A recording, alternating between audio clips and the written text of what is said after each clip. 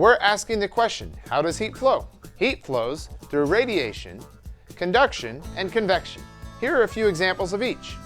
Radiation happens when heat radiates out from a source like the sun, and you feel it on your skin outside and it warms you up. This sort of energy or heat flow is also obvious in my body through an infrared camera, because that is infrared radiation, or IR. When you see that, you can see the heat radiating from my body to the camera. You can also see conduction in the world around us. This happens when one part of something is warm and the heat travels through the material to the other side, like a hot pan on a stove. When you go to pick up a pan, if it's been on the stove a long time, the handles can be so hot that you can't touch them and you have to get pot holders. Then there's convection.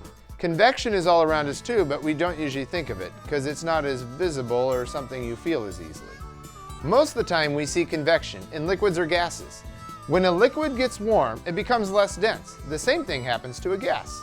And when it's less dense and hotter, it rises to the surface.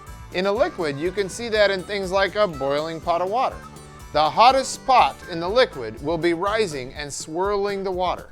You can also see this in the air around us. If you've ever been out on a hot day and looked over the hood of a car or looked at a parking lot, you can see heat rising. That heat bends the light because it has a different density, and it looks a little like an oasis when you really need water in a hot desert.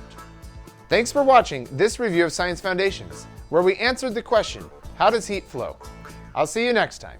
In addition to these short videos, we're releasing full lab videos online. They're available by subscription at awesomescitv.com. I hope to see you there.